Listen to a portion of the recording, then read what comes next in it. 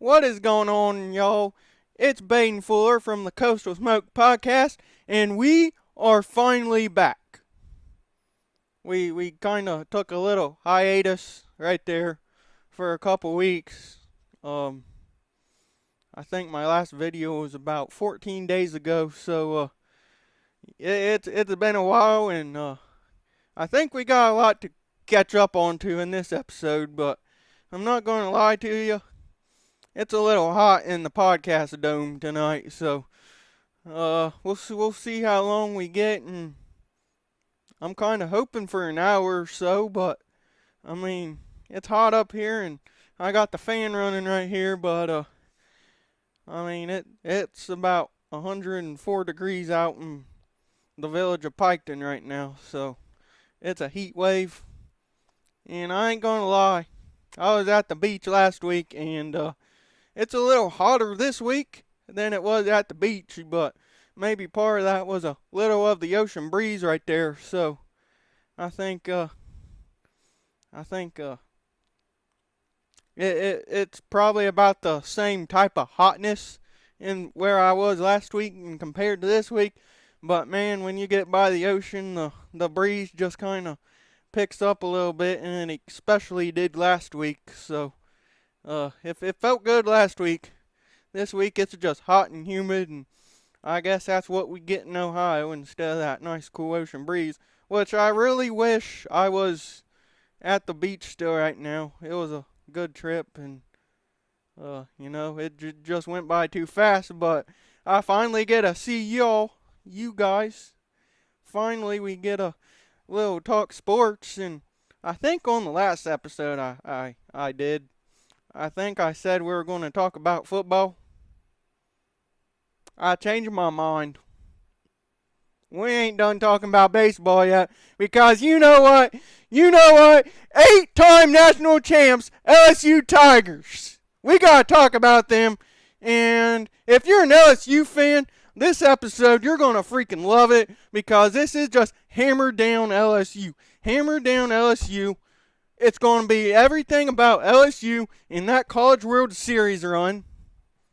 And if you're not an LSU fan, I hope you stay here. But, I mean, if you're a Buckeye fan or a Clemson fan or a West Virginia fan I hate to say Arkansas fans, because, I mean, it was just brutal for them as they had to relive another bad moment in Omaha. But we'll get to that one later. But if you're some of them fans, this is probably not the episode for you. But we're gonna. But I kind of hope you stay, because Coastal Smoke. I'm finally gonna tell you a couple of my favorite cigars. I got a really cool donut shop story. I learned what an Aussie bowl. I think I said that word right. I don't know. Them things are good. I had them for the first time last week. I was double fisting crab legs. I mean, I had a great time last week, but we're going to have even better time talking about the LSU freaking Tigers. The LSU Tigers finally get their revenge from 2016 over Coastal Carolina. It's been 9 years in the waiting, and LSU finally got it, and we got to break this one down. We got to break it down. We're just going to talk about the whole entire, probably the postseason run and Omaha for them, honestly, if we're going to be the Tigers. So, we're going to dive into that one. We're going to, I told you, we got donuts coming. I will say this about donuts, though. I ate way too many of them things last week. I mean, I'm trying to do better and lose a little weight. I mean, I really put on the pounds last week, and I don't know if that was because of donuts. I don't know if that was because I had 4 plates of crab legs. I don't know if that's why I had 2 plates of crawfish. Now I'll tell you that crawfish, that's where it's at. I mean, crab legs are good and everything, but when you go to one of them buffets down at the beach or something, get you a plate of crawfish next time, and heck, I could even do a tutorial about how to peel crawfish or something for you guys, but that's probably for another video. So stay tuned for that one, I guess, if you want to see a buffoon like me try to peel a crawfish, because I'm going to be honest, I'm kind of a rookie at it too, but I think I can get my way around, and crawfish are good, so that's a really underrated right there. So, that, and, I mean, I reckon we better just, grab the bull by the horns and get started right here. So, let's talk about the 8-time national championship LSU Tigers. The LSU Tigers. I was thinking all day, I'm not going to say this, but, oh, suck that, Tigers! You LSU fans know the next words. I probably should not say the couple next words, because,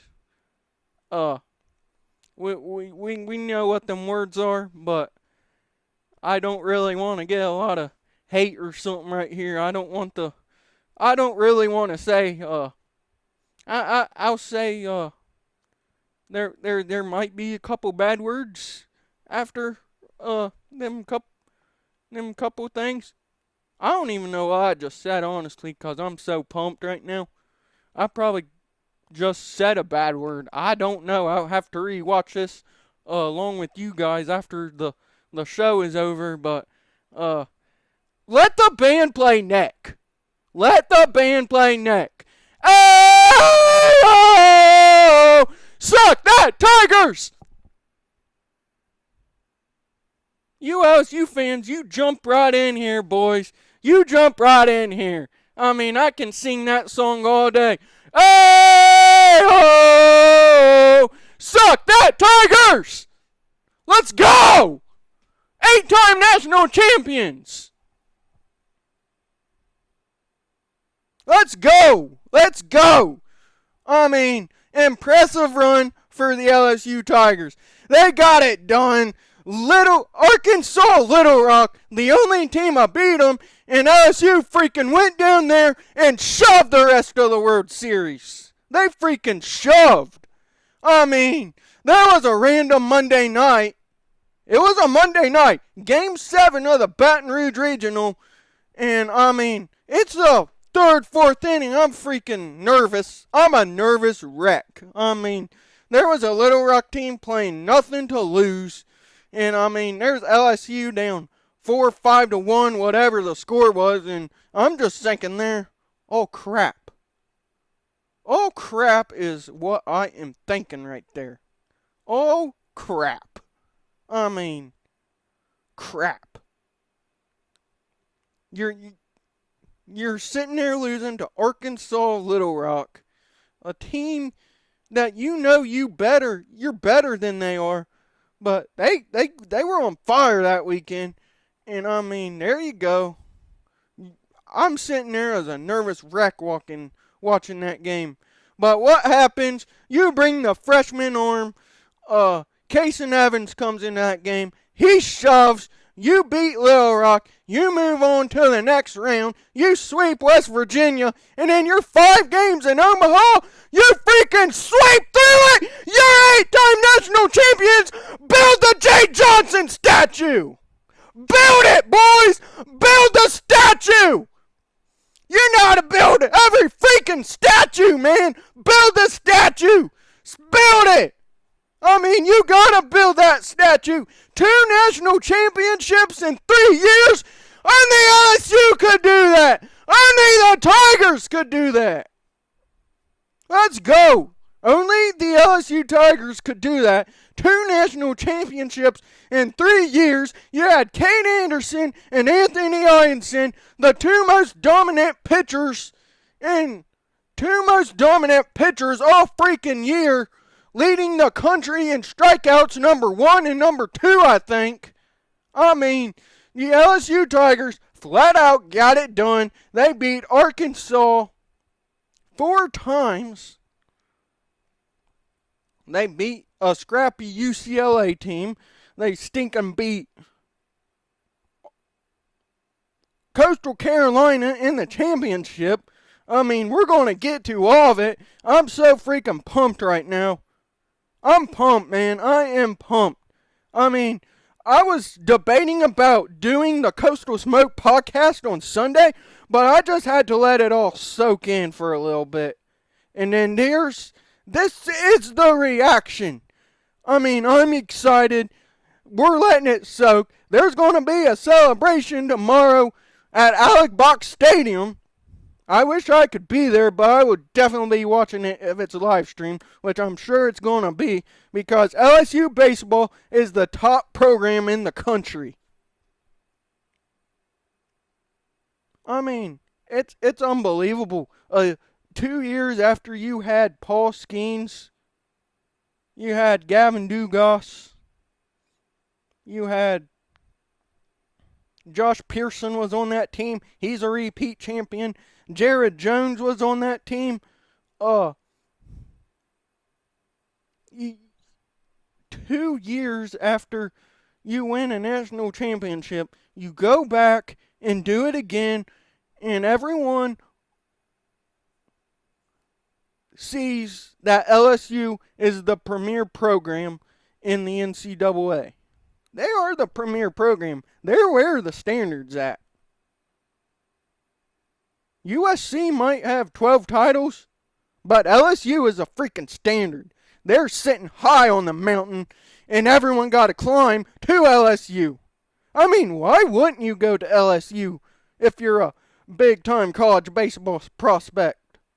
Why wouldn't you go to LSU? Go there, play baseball, have a heck of a however many years you play, 2 or 3, and win yourself a national championship.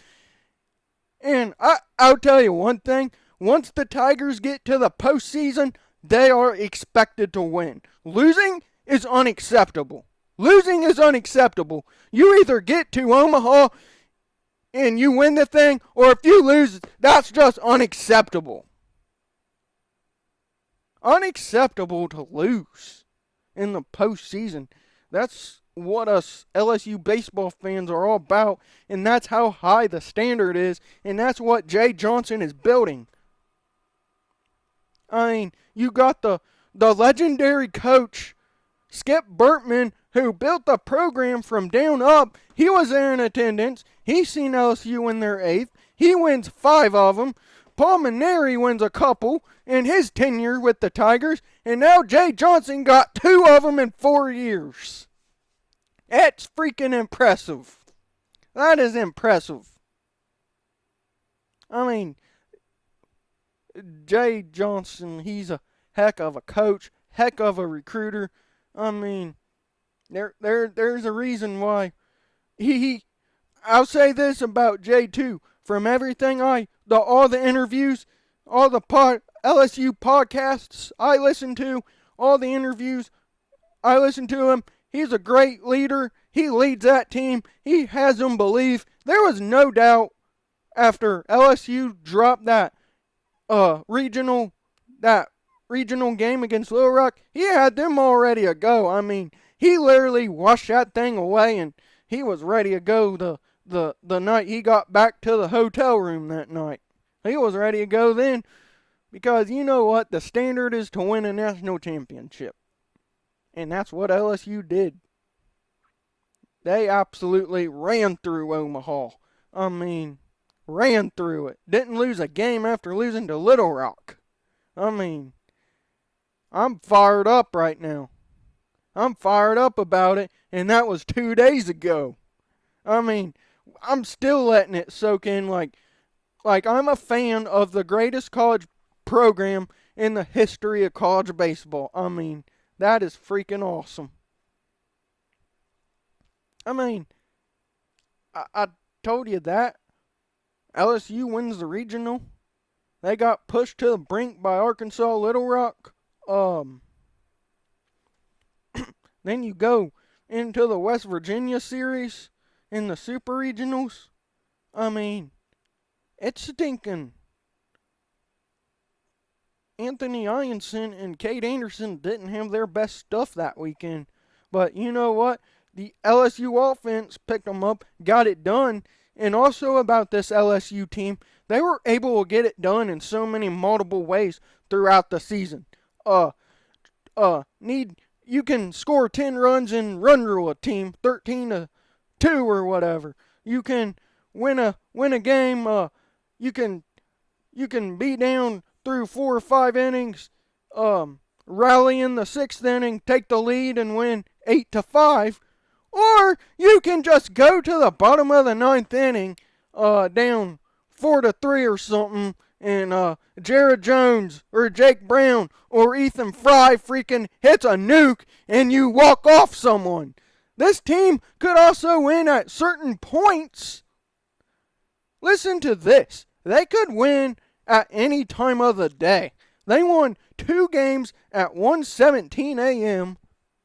They could win at 3 o'clock in the afternoon. They could win at 9 o'clock in the afternoon. They could win at 10 a.m. It didn't matter what time they played. They were capable of winning them games.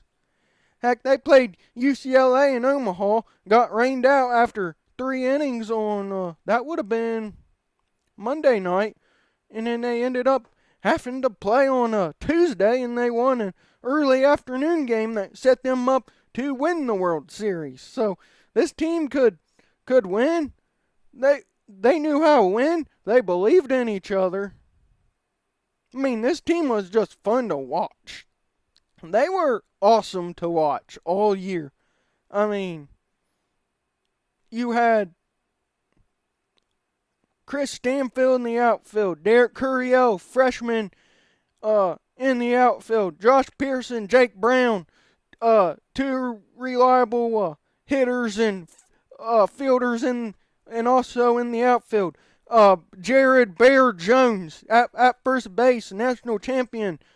Daniel Dickinson, the transfer from Utah Valley, he comes in, wants to win a national championship. He got one. You got Stephen Milam, who played heck of a shortstop. He played shortstop so well, like he was natural this year. He was your second baseman last year. He transitioned to the shortstop position this year, and he was just unbelievable. And then Michael Braswell, I don't think you win the World Series without his play in Game 1 of the championship series. He absolutely came up huge on the defensive end. Luis Hernandez behind the plate caught pretty much, I think he caught the whole World Series. And he had some big timely delivered hits. And then the pitching staff, Cade Anderson, Anthony Ianson, you know what you were getting from there. Cason Evans stepped up. Zach Cowan stepped up when you needed him to. You had Chase Shores. He stepped up after he kind of had he was your Sunday afternoon guy starting the year. Kind of got roughed up a little bit earlier in the year.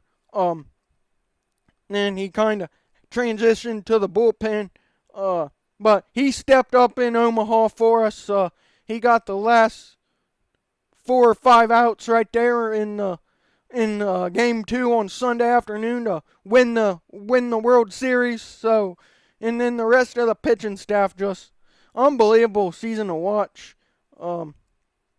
They win 52 or 53 games this year. One of them numbers. It was just an epic season, and I couldn't be more proud of being an LSU Tiger fan right here. And you know, it's just great when you can. I do not take these championships for granted at all, because you never know when you're gonna. You never know when the next one is coming. But to win 2 in a span of 3 years is absolutely incredible. So, I mean, it's incredible, and I mean, it's awesome. And I'll tell you another thing. We're the repeat defending Jello shot champions too. I mean, you won it in 2023 with 68,000, whatever that number was, and then this year you go down there to Rocco's and drink 52,000 of them suckers. So wherever LSU goes, number one, they're gonna bring a good time. Number two, they're gonna drink. They're gonna have a great time. They're gonna outdrink any fan base that's there. And number three, we just expect to win, and they're going to win. The fan base is going to win, and the baseball team is going to win. So it was a great year for us. It was a great tournament run for us. So, I mean, it's just incredible. And you might say, Baden, why is there an Ohio State flag behind your head? Well, that one's getting replaced soon. So don't worry. You LSU fans don't gotta worry, because the podcast dome is gonna be decked out, and I'm gonna deck this thing out in tiger, probably tiger everything around here when I get it. Which, I am going to buy a tripod, so maybe my face and will look a little bit better with the tripod. But right now we're just getting by, so it is what it is right now. But I am going to buy a tripod. So, there's, pretty much the rough outing of the LSU baseball season, what I wanted to talk about. And, you know what? I think this is the Coastal Smoke Podcast, and I am yet to tell you guys about my favorite cigars. So, excuse me. I'll tell you, I've been smoking recently is the Tatianas. They're like a flavored cigar. If you guys ain't familiar with them, I I will smoke a just a natural tobacco cigar. Like, say someone gifted it to me or something. I will smoke them, but my preference is probably the Tatiana type, or a the acid ones. The tip of the cigar is a little flavored, so that's why I like to smoke and have a good time. And I'll say this: the good thing about the Tatianas I'm smoking right now is actually they're probably about yay big, right? This ain't gonna work. I can't really. Yeah, there we go. They're probably about yay big like that. So they take probably roughly 45 minutes to an hour. I can smoke one in 45 minutes if I wanted to, but it's also like a good cigar where I could sit out and lounge and sit out and enjoy the evening and smoke it in an hour or something. And the good thing about cigars, I mean, you can take 45 minutes to smoke one, or you can just sit out there, relax, and take an hour and a half. But I think I like to smoke mine in about an hour and 15 minutes or something. But I will tell you probably my favorite cigars last week. I actually smoked 4 of them last week. I kinda wanted to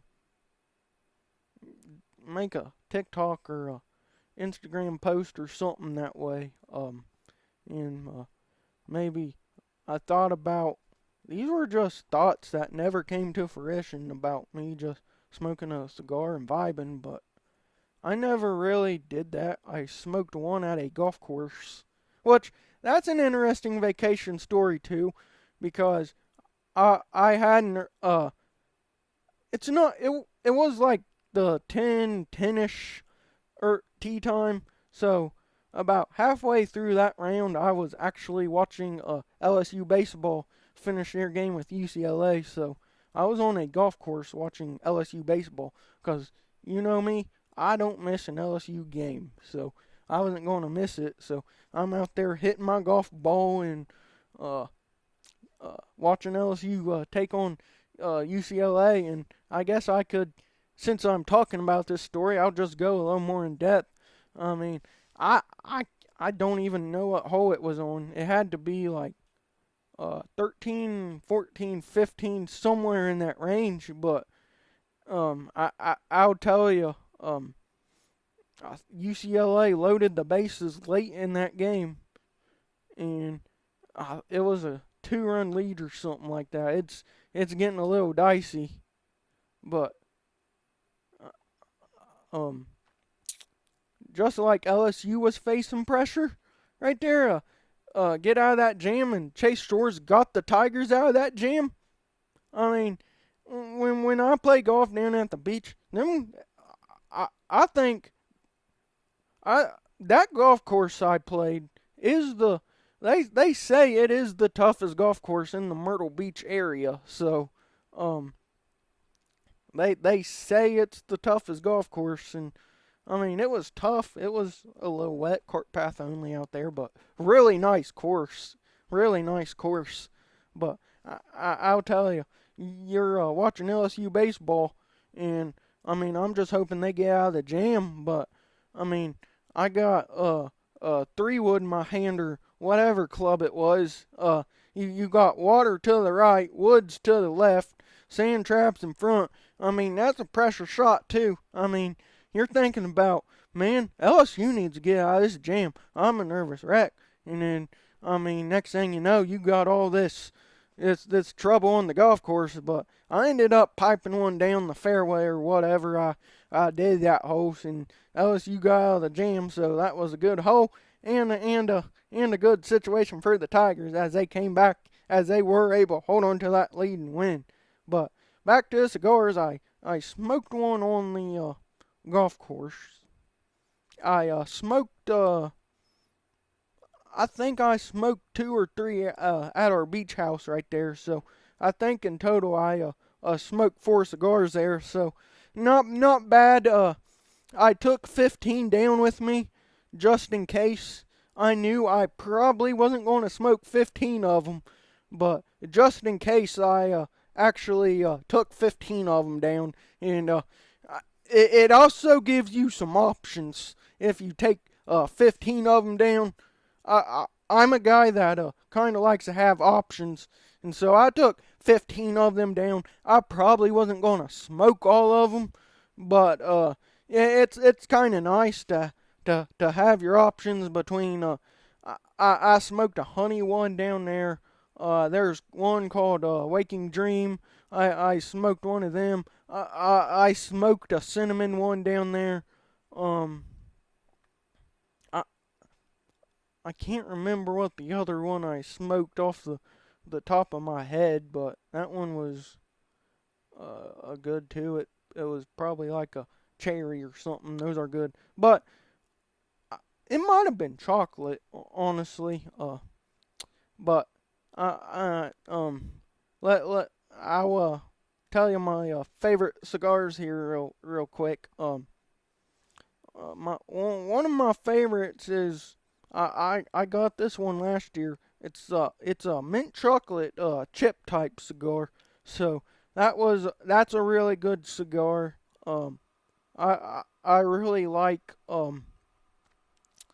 I like there's one called a groovy blue, has a really good smell to it. I smoked them last year, so I didn't have any this year, and I didn't want to buy any this year, but those are good. It's I not it's kind of like a fruity vibe flavor kind of type cigar. Chocolate, that's a really good cigar if you're that's a good cigar cuz if I'm not really going to go to a restaurant down there and get me a dessert, I'll occasionally smoke the chocolate one right there. Kind of give me the dessert vibe right there, you know. Um, the honey one I had, it was I'd say it was good for I liked it. It was good, but um, it was good to try, but it's probably not one of my most favorites up there at the top. But it's a good cigar. The honey ones are good. So if you like honey or that type of flavoring, that one's good. I also like kind of the cherry ones. Tatiana makes a cherry one I know of.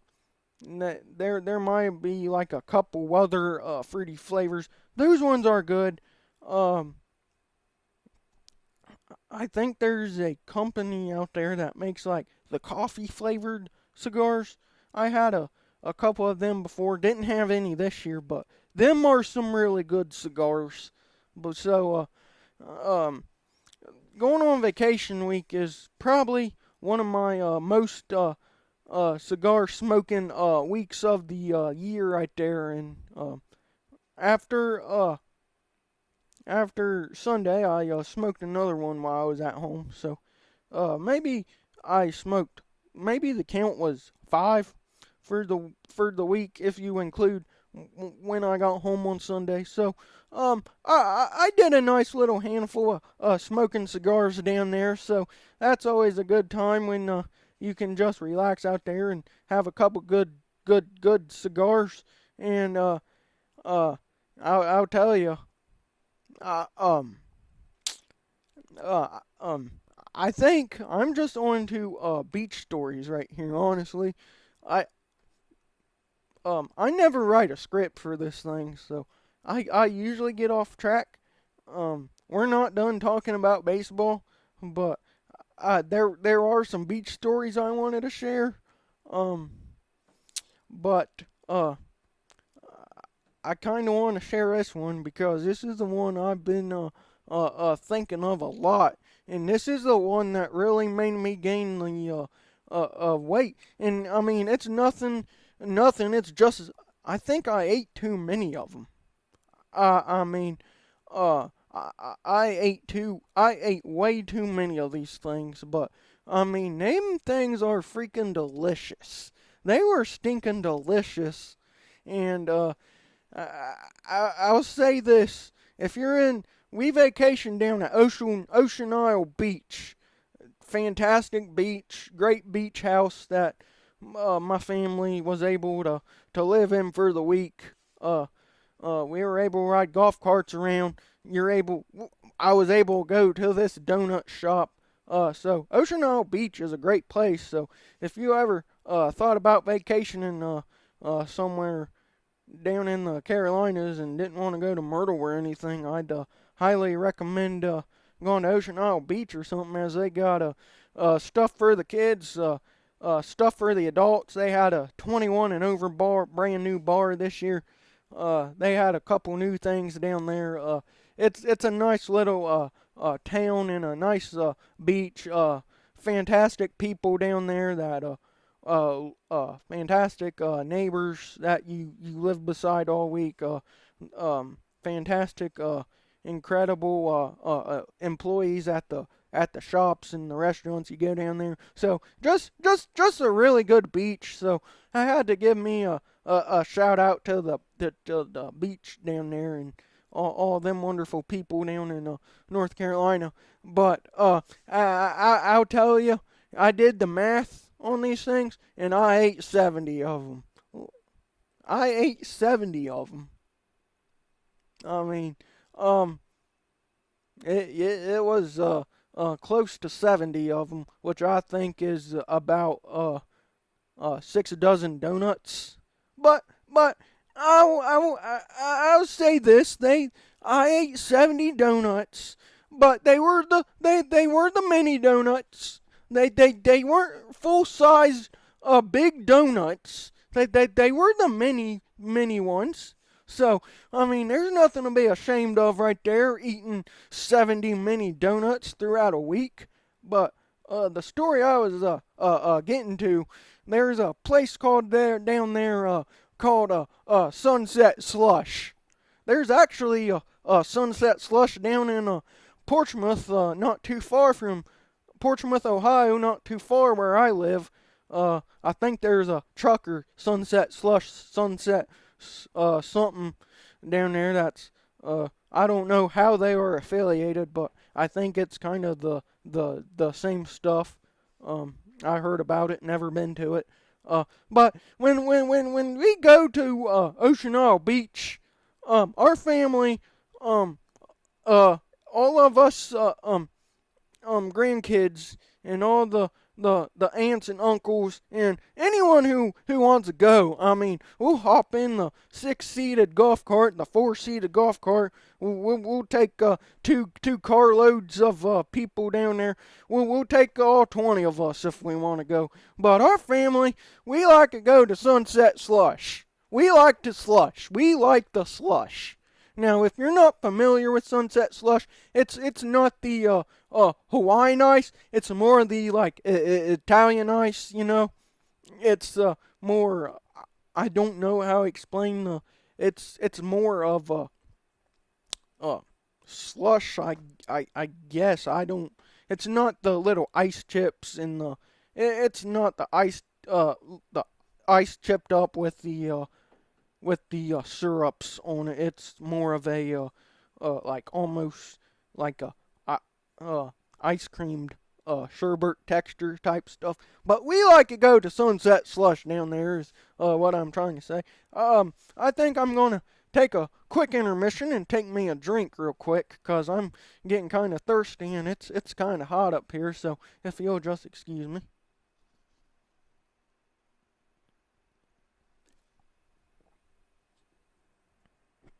But let's go back to the story here. My family, we like to go to Sunset Slush.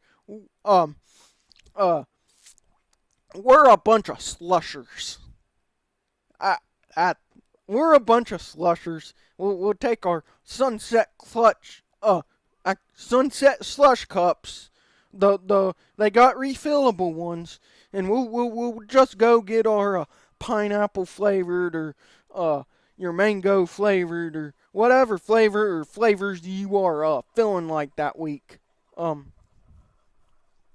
We'll get them flavors. Well, whatever flavor you're feeling like for the day or what and whatnot. It's kind of like great. It's kind of a tradition we got, and I don't know how many years it's been. We've been going down to that place, but we like to go to that place. But if you know me, you know I like donuts, and this is where we get to the story. You know I like donuts. Uh, it's been a little bit of a struggle the last couple years. Not this year, the last couple years. 'Cause when I want donuts at the beach, I want to find me a donut shop that makes fresh donuts or daily donuts or support a local donut shop or something. But we will get the ones from Walmart and stuff. Those are good too, but I just like a support local when I'm down there and stuff for the week. But it's to my knowledge, there's never been a donut shop down there until this year. There was a donut shop this year. Uh, it's called by um, uh, uh, I am not sponsored to say this. I have no affiliation with them, so this is from experience. Blondie's Donuts is the name. Really awesome name.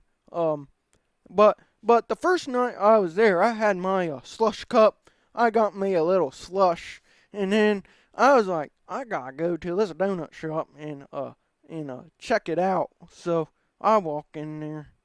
Oh boy, oh boy. It's a mini donut night. Oh boy.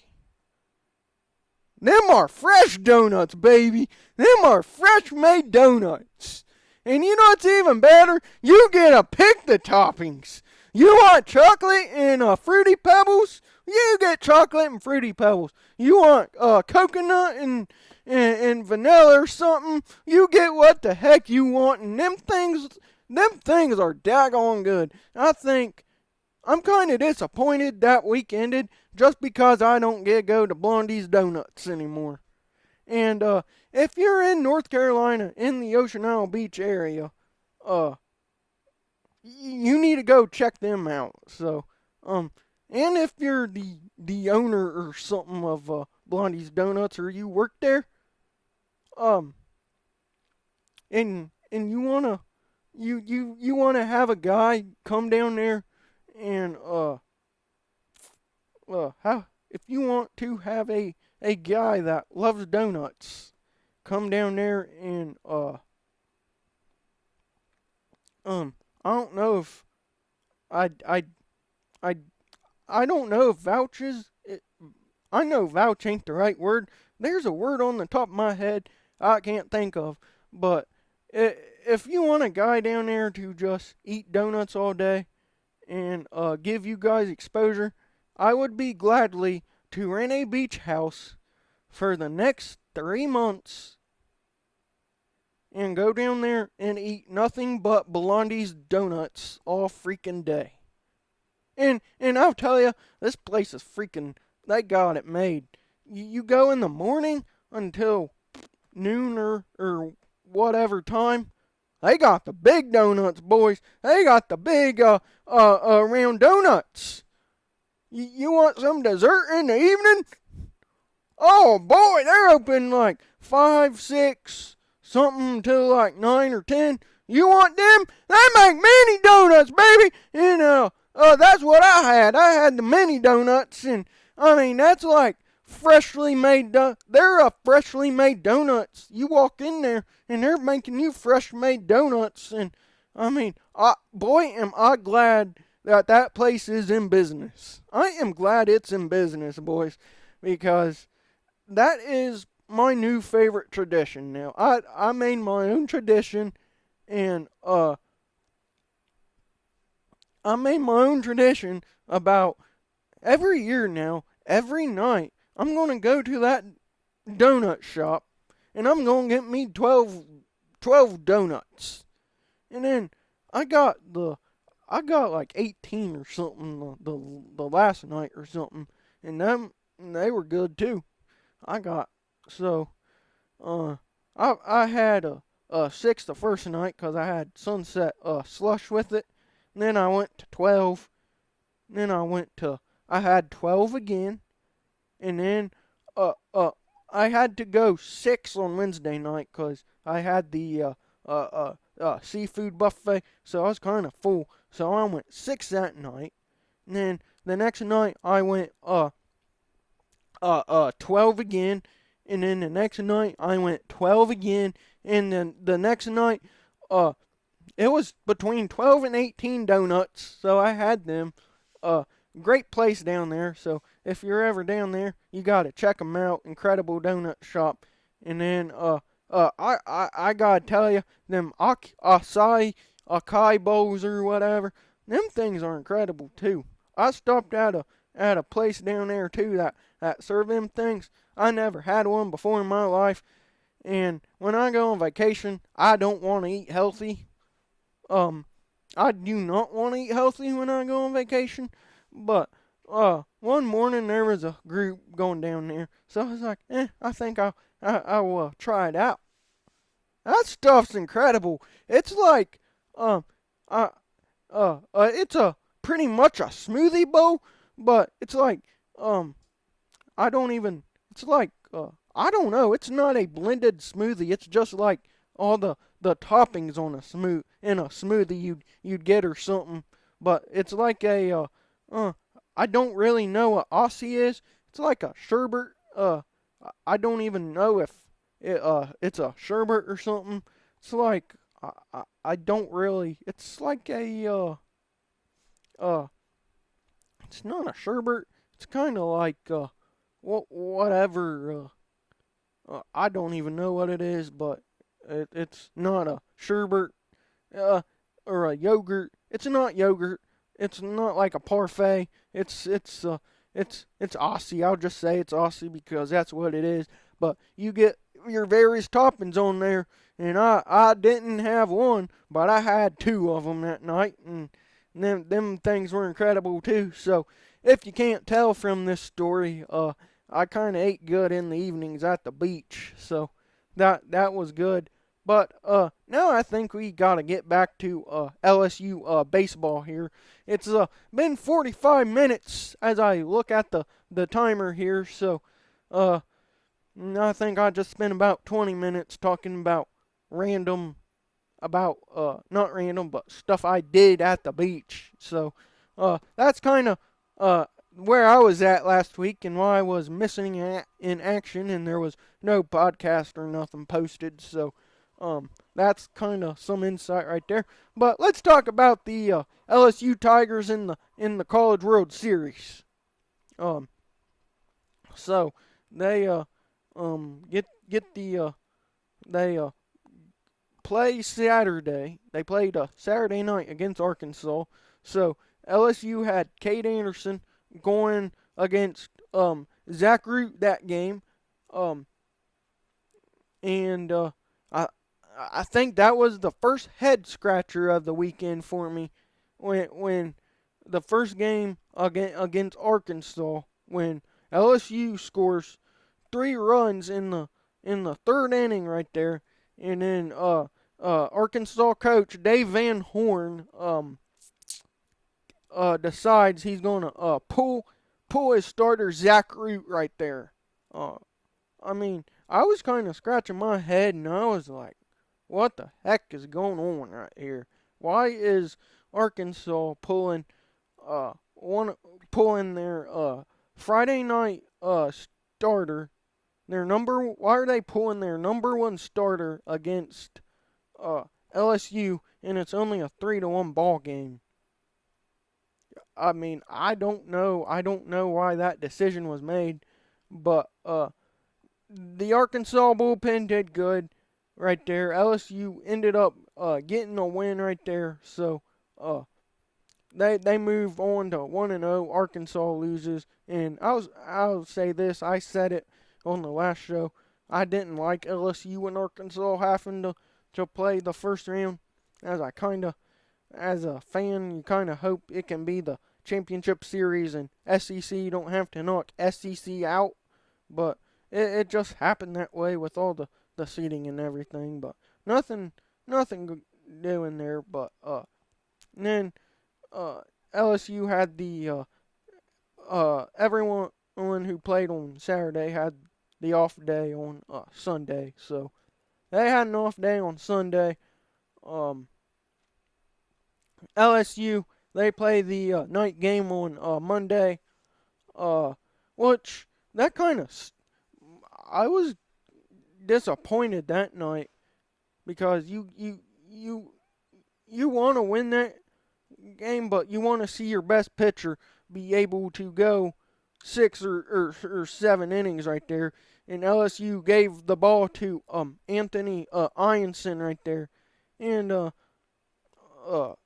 he was able to go 3 innings right there before weather got bad that night, and they had to postpone it to the next day. But that was a game where he gave up 3 runs in the first inning right there, and UCLA came out hot, but LSU they score 4 runs in the bottom of the inning right there, so they're up 4-3. They get a 5-3 lead. And then the weather hits. It was a lengthy delay. They decided to call it and ultimately postponed the rest of the game to Tuesday morning at 11 or 10 or 11 local time in Omaha there. So they postponed it to the next morning. And that's where I kind of thought, what is LSU going to do right here? Because on Monday, I was upset of the fact that I'd assume they might have known bad weather was coming in, or I don't. I'd assume they thought bad weather was coming in, but maybe they didn't know what time, and they thought they could have got the LSU and UCLA game in. But the the point I was frustrated is, if you known, why didn't you just move the ball games up by about an hour and a half or an hour or so right there, so your pitcher could get so your starting pitchers could go as deep as they could, and you wouldn't have to ruin a bunch of bullpen arms the next day. But ultimately, it gets postponed. There's nothing you can really do about it except focus and go on about your business the next day. But on Tuesday, that was kind of where I was thinking, what bullpen arm are you going to go to right here? Because that's a big decision to make right there.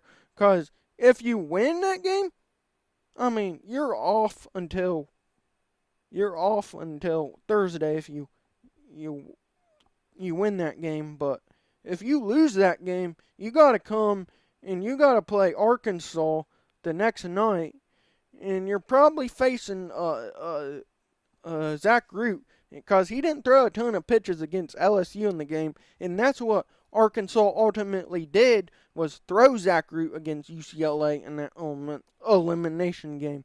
But going back to LSU, I mean, you're thinking, who do you who do you think you can trust to come in and pitch and get you deep in this ball game as possible as you're up 5-3? I think LSU, they made Jay Johnson and his staff made a great decision that day, and said and handed the ball and said, give the ball to Kason Evans. Your most your he's been your closer all year. He's been absolutely nails, and that's also who you gave the ball to in Game 7 early. So you know he could go 3 or 4, 5 innings, get you to how many outs do we need. But I thought maybe they would have. I thought doing that, I thought they were probably going to hand it off to Jaden Newt or Chase Shores or something right there, and then get you to about the 8th inning right there, where Kason Evans could come in and get you 6 outs. But I think Jay Johnson, it was a good decision. You went to Kason Evans. He got you deep in that ball game, and then he kind of got in a little trouble in that 7-ish, 8th inning right there, as UCLA loaded the bases and was threatening. But then you gave it to Chase Shores. He got you out of the jam, and then ultimately you win the ball game, and you don't have to worry about playing that night. And then Arkansas, UCLA playing the elimination game. Arkansas wins that ball game, and then it's Arkansas and LSU again. So let's grab a quick drink. I'm getting a little parched right here, I guess.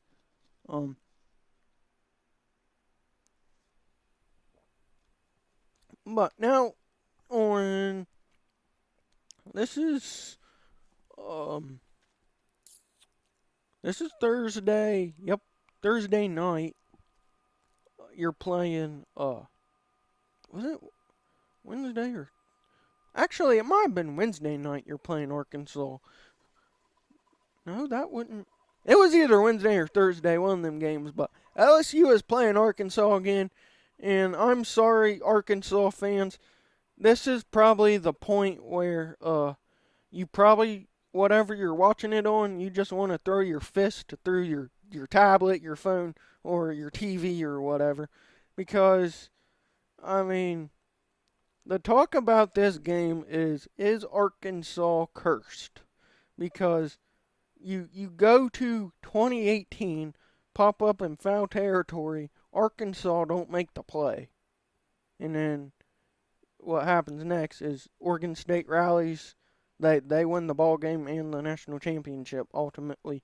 And then, I mean, this this was a good game, and LSU gave the ball to Zach Cowan. He was a transfer in from Wofford, but you don't have. You're basically going a bullpen day. You're going pretty much bullpen day. Your bullpen versus what arms they have left. And, I mean, LSU was set up nicely, and Zach Cowan does what he needed to do in that game. He gave LSU a chance to win it, and then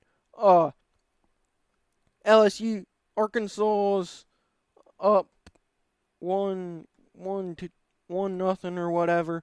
And then let's go back to the donut shop real quick, because this is where everything changes. It's obviously a 7 o'clock start, and I mean, we gotta go get our sunset slush and donuts. So, I mean, I'm kind of watching this ball game on my phone, and LSU ain't their offense hasn't gotten really gone yet. But when you walk into a donut shop, good things happen. So I just walked in the donut shop, and then it didn't have very good service, so I wasn't able to watch the game for however long I was in there. But good things happen when you go in a donut shop, because what I came out to, I was pretty freaking pumped. I was pumped once I came out of that donut shop with my 12 fresh chocolate covered donuts. Once I came out of that donut shop, Jake Brown absolutely, I don't know what it was, but Jake Brown I walk out, and Jake Brown's on second base, and the LSU Tigers are leading 2-1 all of a sudden. So, bad things don't happen when you go into donut shops, but then it got a little wacky from that point. You're like, LSU just needs need a hold on right here. You just need a hold on. Don't give Arkansas anything easy. But what happens? There's one out late in the game. And then 8th inning, I believe. Yep, 8th inning. There's one out. You're up 2-1. Routine double play ball. It's made 98% of the time, but double play ball, you get the out at second, but then you drop the ball at first base. Uncharacteristic by the Tigers' defense right there. You drop the ball, and that ultimately allows 2 Arkansas runs to score, and now you're down 3-2. And at that point, I was in the beach house at that point, and then I kinda actually walked out, because I'll say this: my family, they seen me calm when LSU. That was me being calm right there, because usually I'm about ready. I'm ready to throw my fist through a TV when that happens, because that happens, and I'm thinking, man, that feels like a gut punch right there, and you just hope LSU can come back and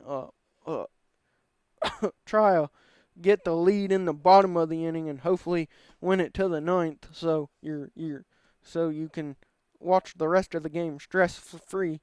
But I walked out of the beach house. I go downstairs. Jared Jones hits a home run. It's 3-3 in the bottom of the 8th. Then there's a little life back in. There's life in Omaha for the Tigers, but what happens in the 9th inning? I mean,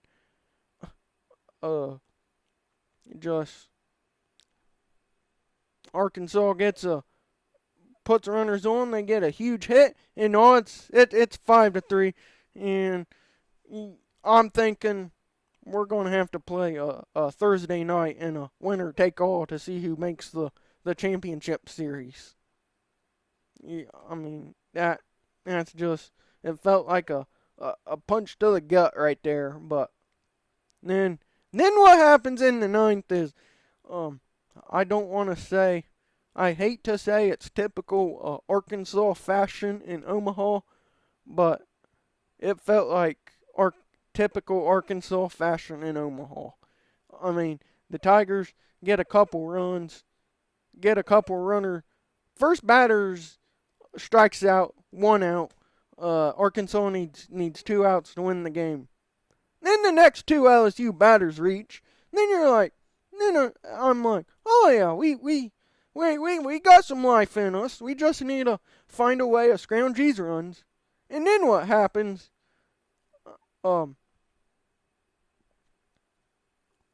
I think it was, I can't remember. It might have been Luis Hernandez at the plate. And then he hits one. It goes down to left field, off the left fielder's shoulder, hits the bullpen, hits the outfield wall down there. 2 runs score, and it's tied 5-5. And if you were watching, you were like, oh my, what is happening here in Omaha? And all of a sudden, it's 5-5, and you know who's up at the plate? Bear Jones. Bear Jones is at the plate, and he can potentially walk you off. And then, just by about half an inch, Bear Jones hits one over the second baseman's leaping glove, and a run comes around to score, and the Tigers are going to the championship. I mean, that is incredible how that game unfolded, because, I mean, there in the 8th inning, I'm like, we're going to Game 7 on Thursday night to decide who's gonna compete against Coastal Carolina in the championship series. But then LSU does what they always do, and they rally, and they rally in the 8th and the 9th, the 8th inning with the Jones home run, and then they rally in the 9th inning and score 3 runs and win the ball game. I mean, it was incredible to watch, and I mean, LSU has done that all year. They have faced back against their walls and had to had to come up with big hits and big moments. So that was hardly anything for the Tigers to overcome right there. But then they beat Arkansas, and then they move into the College World Series Championship Series against Coastal Carolina, which I don't want to say I told you so, but I kind of told you so in the last video. I said Coastal Carolina and LSU were going to meet in the championship, and LSU was going to beat Coastal Carolina, and that's kind of exactly how it unfolded. So, in reality, I kind of told a little bit of time, but, I mean, I guess I should have betted what was going to happen in the World Series after that, but, like I said, I don't bet on my favorite teams. But LSU beats Arkansas. Coastal Carolina gets through their bracket. They don't lose. LSU don't lose through their bracket. Coastal's riding a hot 26-game win streak. And LSU needs to end it because LSU was set up perfect for the weekend series, championship series against Coastal Carolina. They had Anderson, Ianson, and whatever you needed on Sunday right there. So you're set up perfect. And what happens? Cade Anderson. LSU didn't need to score many runs on Saturday night to get one win away from their 8th national championship. But Cade Anderson absolutely shoved. He went the complete game as the Tigers clip the Chanticleers 1-0. I mean, that was just an incredible pitching performance by Cade Anderson. And I know one thing: if he wasn't the number one pick in the in the draft, but before that night, his stock really climbed. His stock climbed, and he absolutely should be the number one pick in the draft. So we'll see what happens in the MLB draft and Cade Anderson. But he goes out there, he does Cade Anderson stuff, throws a complete game, scoreless ball game. It was like the third in College World Series history or something. Complete game shutout. So he goes down and shoves, and then the Tigers are 1-0 after that dominant performance by Cade Anderson, and you're going into that 2:30 game on Sunday, looking to close this thing out. And if you remember,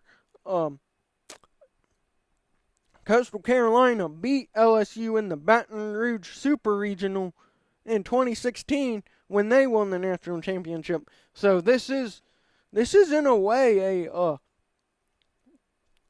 kind of a revenge series for LSU and Jay Johnson, because Jay Johnson, before he was at LSU, he was Arizona's coach, and Coastal beat Arizona that year to win the World Series. So it was kind of a revenge game for both Jay Johnson and LSU. But here, let's talk about the first inning right here.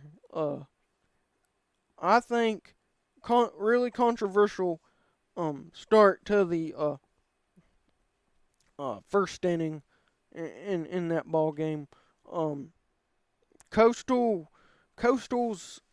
pitcher is barking at LSU third base coach Josh Jordan about sign stealing.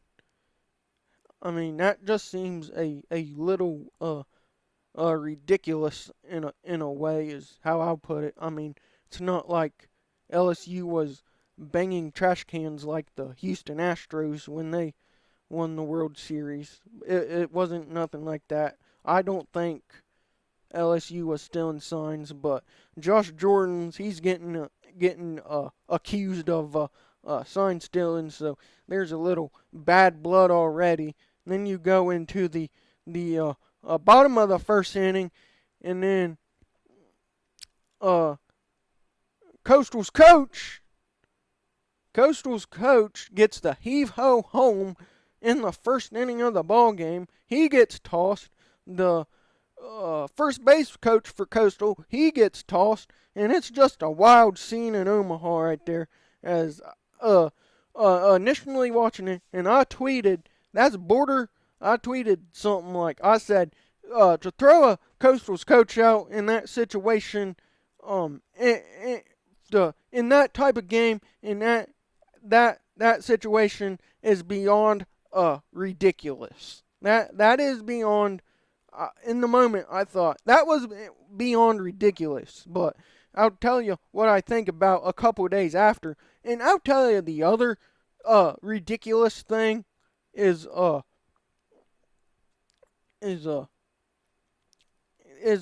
umpire tripping over his feet, and then accusing Coastal's coach about running into the umpire, as that did not happen clearly, and that's another 2-game suspension for the coach. So now he's out the first 3 games next year, which the 2-game suspension ought to be appealed, I think. But here's my thought process on the whole situation. And let's revert back to the other night. There's a play. Daniel Dickinson, he gets hit by the pitch, and that seemed like a crucial moment in the game. He gets hit. They review. Coastal wants to review, so they challenge and review the call, and then they say Dickinson leaned into the pitch when and he's automatically out, which that was ridiculous because the ball was clearly in the batter's box, and by replay it looked like Dickinson um, uh, attempted. It was a weird kind of angle. It looked like in one way he was moving away from the pitch, but in the other way he it could seem like he was leaning into the pitch and not making an attempt to get out of the way. But that was kind of a call, and then LSU gets a base hit. The next batter that probably would have scored a run right there with Dickinson, but but you could tell Jay Johnson on that review was kind of upset. But in the college game, just like the MLB, you cannot argue balls and strikes. And I listened to all the coaches' press conferences, and I listened to LSU's press conferences all the time, and definitely all the time in the postseason. And Jay, I think in that moment, he wanted to go out and say something to the umpire, but he kind of refrained and didn't, because I think he kind of knew if he went out there, he wouldn't be coaching on Sunday, probably. So, that's what he did. But let's go back to Sunday and Coastal. Here's my thoughts. I mean, I think I initially thought it was ridiculous that he got tossed early in. He got tossed like that because there was. I think the situation was on one of the. There wasn't. There was a throw down to second. Nothing interfered with the stolen base Coastal had, or nothing interfered with that. But the issue was with the first base coach down there. He was having some sort of issue, and I don't blame Coastal's coach for coming out and kind of wanting an explanation. Um, kind of an explanation, because I think in a way he should be allowed to. I mean, the umpire and the first base coach are kind of not agreeing on much, aren't agreeing on anything. But I kind of thought, well, Coastal's coach came out. He just wants an explanation. You see that all the time in baseball. Like, what's going on? Can you explain this call or explain this call to me? But I thought that part was okay. But I think the thing that got him tossed was arguing. He started arguing balls and strikes, and that I agree with that. You can't argue you balls and strikes, and by the rule book it says you're gone. And then he held up the three fingers and yelled at the ump out there. That's 3 calls you missed, or something of that nature. Don't know what he said, but he said you missed 3 calls, and you just can't do that in baseball. And that's ultimately why he got ejected from the a ball game.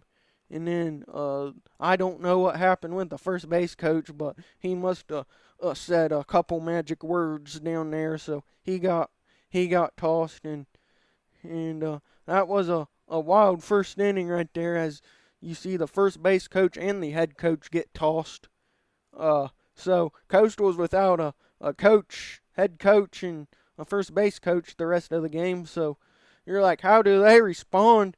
And Coastal ultimately hits a home run in the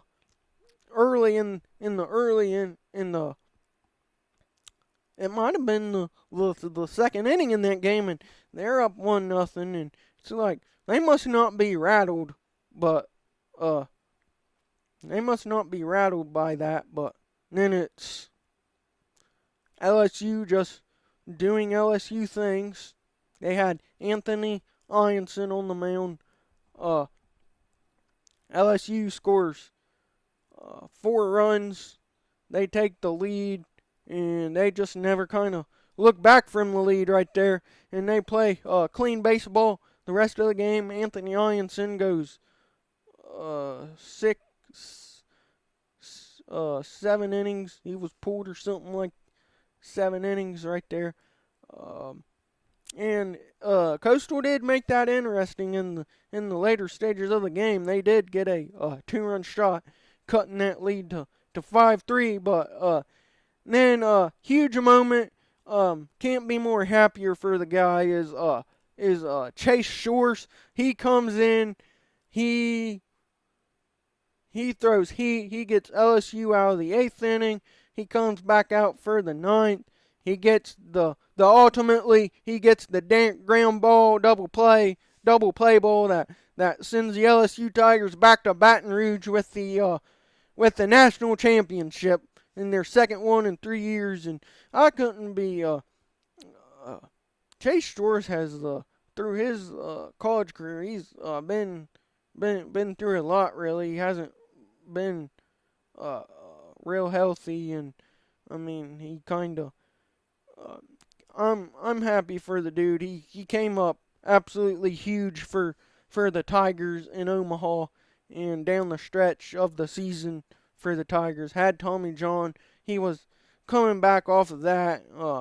He was going to be your Sunday guy, but kind of didn't have it earlier in the season. But he was able to find it later in the season, and he was a big part of why LSU won the championship there, getting them out of multiple jams and able to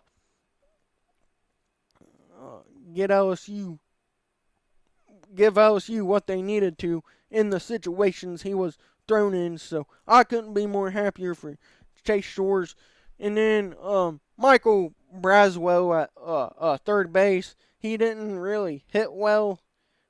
He did not have a good batting average in the tournament. But if it wasn't for Michael Braswell on Friday night making some of them plays he made at third base, I don't think it's hard to say how that series turns out if he don't make them plays. Maybe it goes into game 3. Who knows? Maybe LSU don't win that game. But it's a whole different ball game if he don't make them plays. But I mean, he struggled at the plate, but he did not let that affect him in his fielding. So Braswell, a really good defensive player for the Tigers in the chase for the championship. And I know one thing: hopefully the Intimidator right in right field on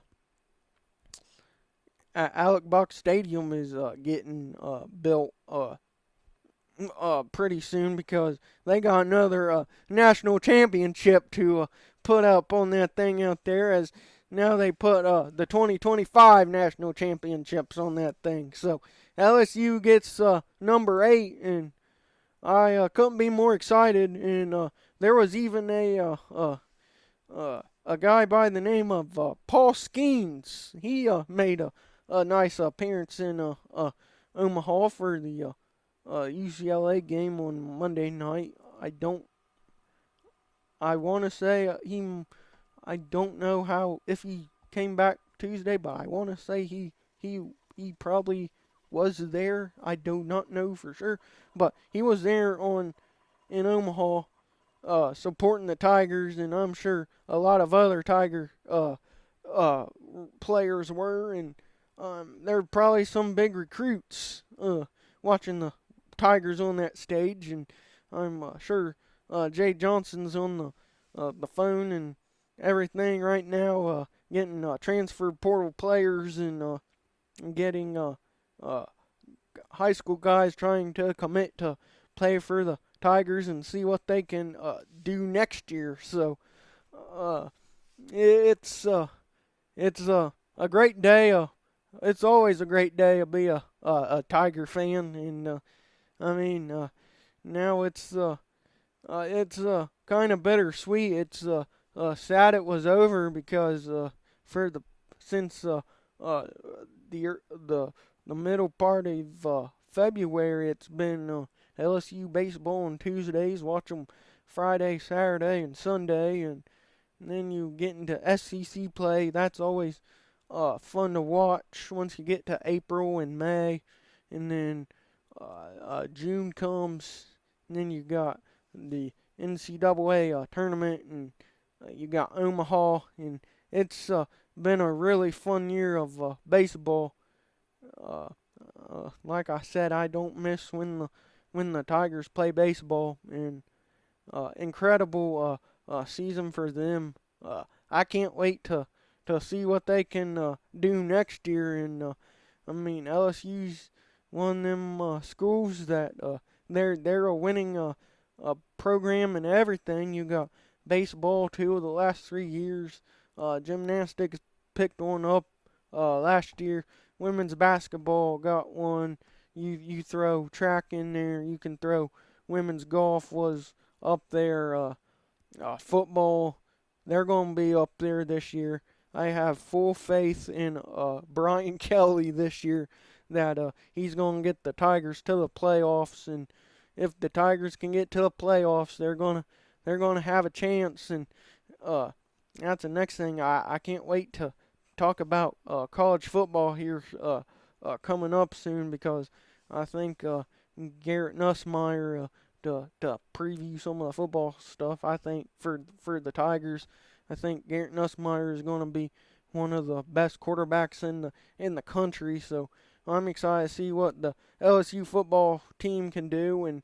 But it's kind of, like I said, it's kind of bittersweet and sad that LSU baseball season is over, because that's what I been doing for the last since February. It's just been watching the Tigers, and um, it's just been an incredible ride for the Tigers. And now it's kind of the lull season as we ended college baseball, but before long, college football, all their preseason practices and preseason camps and everything's going to be ramping up here, and we're going to have some football talk coming up soon.